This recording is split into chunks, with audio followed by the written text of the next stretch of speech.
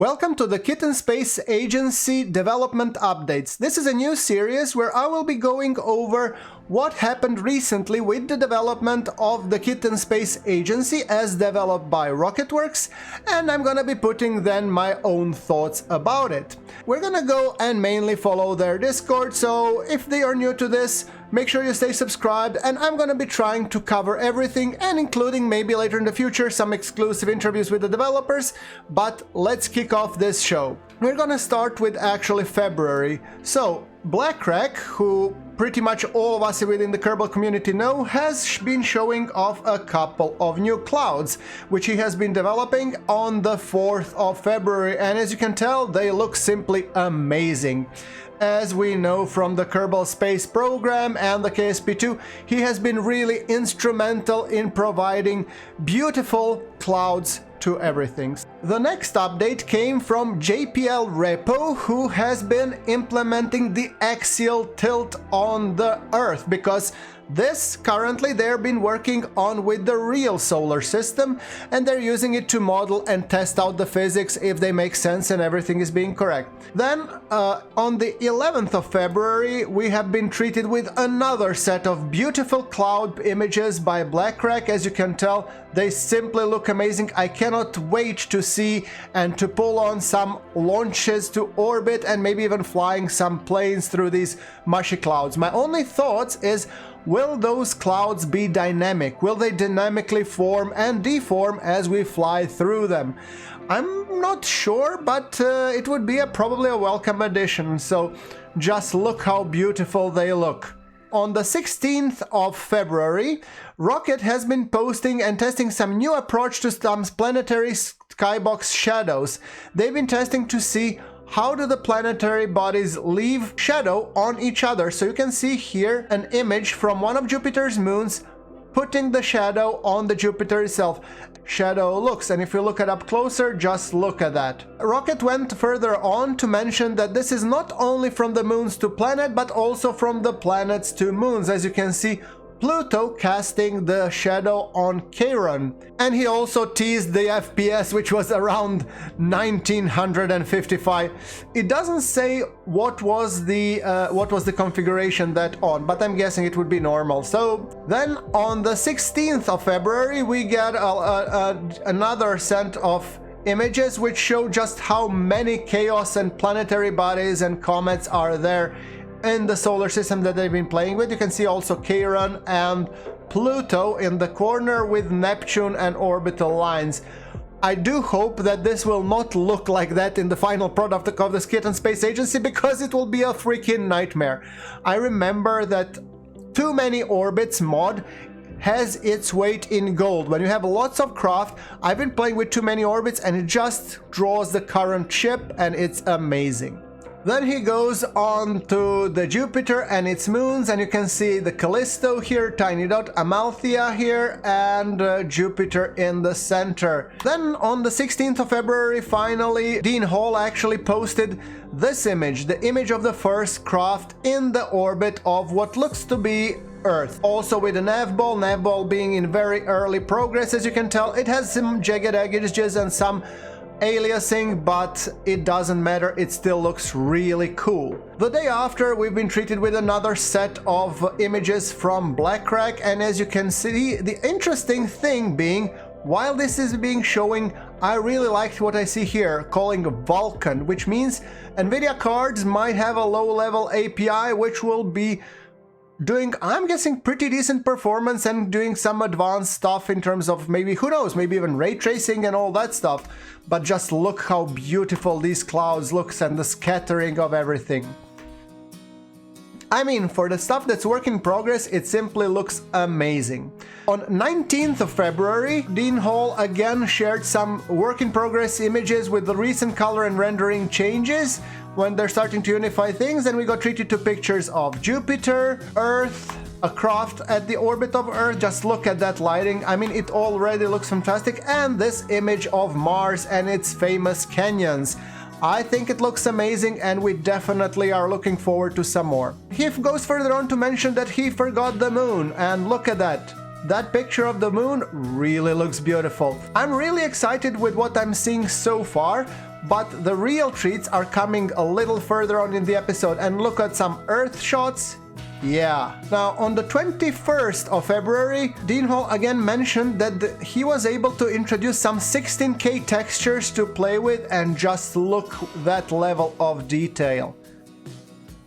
I mean, if the game will look this good and be also that well performant, I think we have a potential winner. But remember, we still need to find the fun. Let's just look at how this looks. The interesting stuff that I would like to point here is the seamlessness of things. So if you just look when the camera is closing further and further, everything is so smooth, and it would be really like a beneficial if we could get a small FPS counter and the configuration this was done on, because that would help us to set the expectations in terms of frame of reference. And the picture from the 21st showed that they have quite a lot of bodies. For example, the interesting stuff I found was like the Hale-Bopp Comet, the Borisov, Vesta, Hygeia, Ceres, and many more. Scott Manley asteroid. Apparently, it's a thing, and it's a real asteroid. I didn't know that, to be honest. Then on the 21st of February, we were treated to another video without the orbital lines, just seeing all of those planetary bodies and how they revolve around the sun. Just look at that dance. Isn't it amazing? Isn't it glorious? I think it will be perfect once we actually get the chance to play with it. Now, if you look at this, we have a Phobos casting up a shadow on the surface of Mars. Well, I know that this is still early in the progress, and I'm not trying to fanboy here, but I'm really digging the visuals. Now, on the 25th of March, which was basically like 3 weeks ago, we have gotten the first semblances of the UI treated to us by JPL Repo. And as you can see, we do have a frame of reference for that craft showing prograde and all directions, plus a nav ball showing now the orbital velocity, together with some first prototype of the GUI, maneuver, warp 2, execute. These are all placeholders and they're gonna be beautified later on. However, it's good that the developers are already thinking about it. Then placeholder for the maneuver node editor. Now, I would like to point out one thing that I found really intuitive and simple.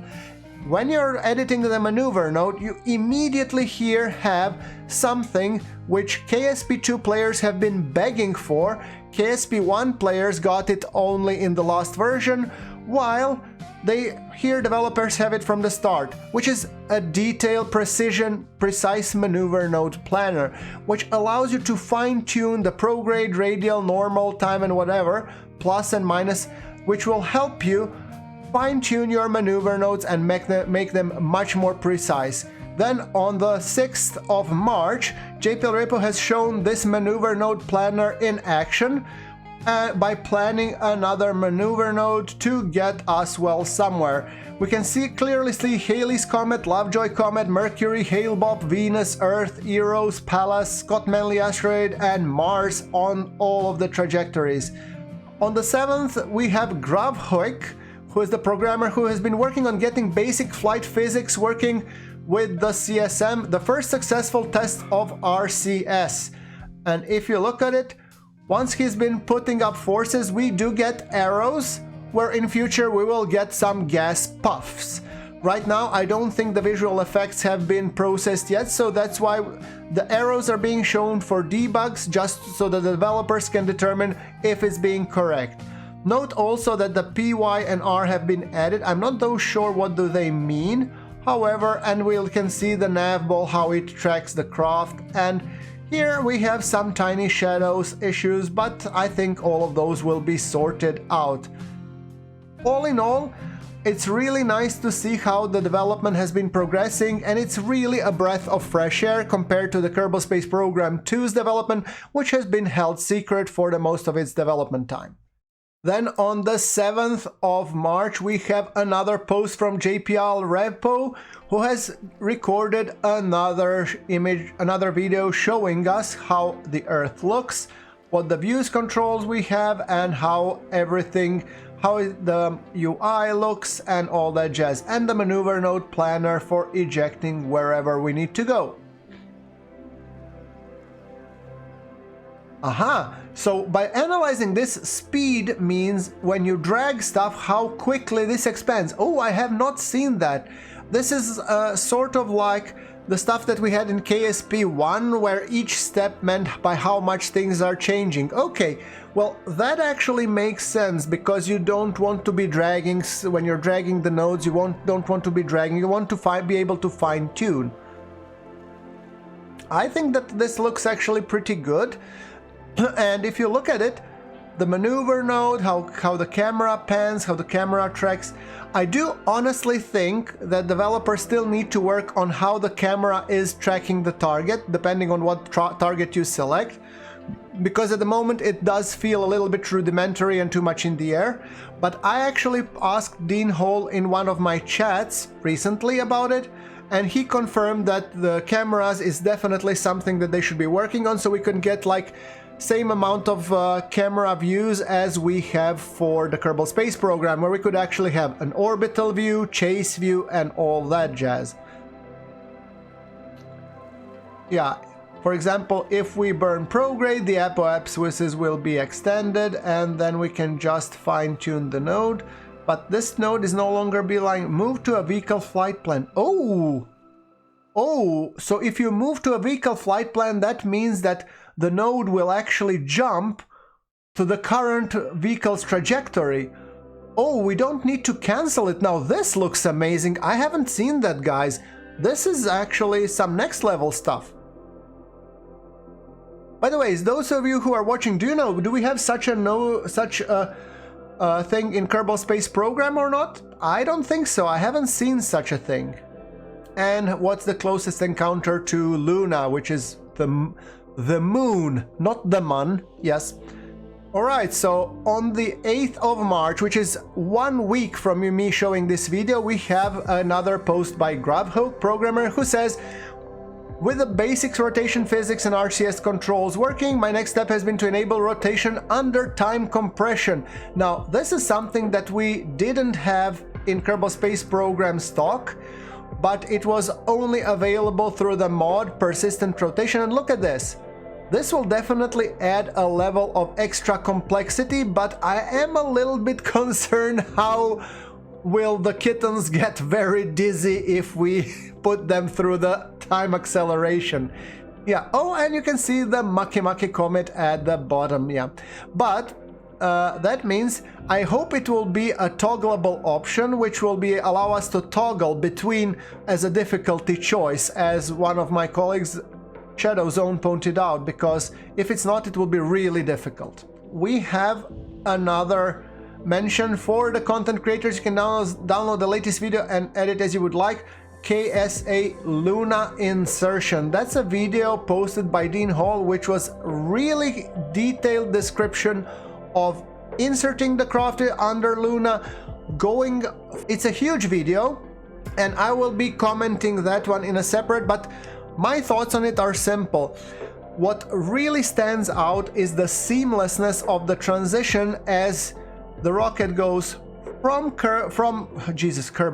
as the rocket goes from the Earth all the way to the moon, flying over the moon, getting inserted over the moon, and then leaving moon to going back to the Earth to get there. So I think that the seamlessness of things, and obviously lighting needs some love in working on, and from what I've seen, the camera following the target has not been the best, and that's something that I did mention to Dean, which he said, yes, that's something that we are working on. And one thing that he confirmed for me even is that maybe we will get a chance, since developers have decoupled the physics simulation from the rendering, which would allow us to even have a picture-in-picture, meaning that if you're going to dock to the station, you will be able to control your craft, while in the picture-in-picture you could have a picture of your space station that you're trying to dock, which would prove some amazing visuals and give us some complete new perspective. So, and that's something that Rocket said, Chris is working on that kind of stuff currently. That would be definitely amazing. Yesterday, which is on 14th, Here are additional nav ball showings, and we have here, I don't know exactly what they mean yet. Then he goes on, since 90% of the way there, I went ahead and implement different frames of reference for the nav ball. This is a potential option when we are pursuing instead of drawing orbital markers on the ball. We can actually take a look at the video. What does it mean? EHCL, HFVLF, burn, and everything in between. Yeah, I'm guessing that this has something to do similar to what we had, like orbit reference frames, surface reference frames, and what was it, craft reference or something? No, target reference, yeah. So this would actually, depending on your frame of reference, the nav ball would align to show this thing. And then yesterday at 11:46, Dean again posted another image from BlackRack as we are flying through, and here you can actually see the clouds morphing as you fly through them. Alright, so this wraps up our Kitten Space Agency development updates. Do let me know your comments below, and if you have some questions that once I get a chance to have an interview with Dean Hall, post the questions in the comments of this video and I will make sure to ask them the next time I get a chance to talk to him. Thank you very much for watching, and I'll see you in the next one.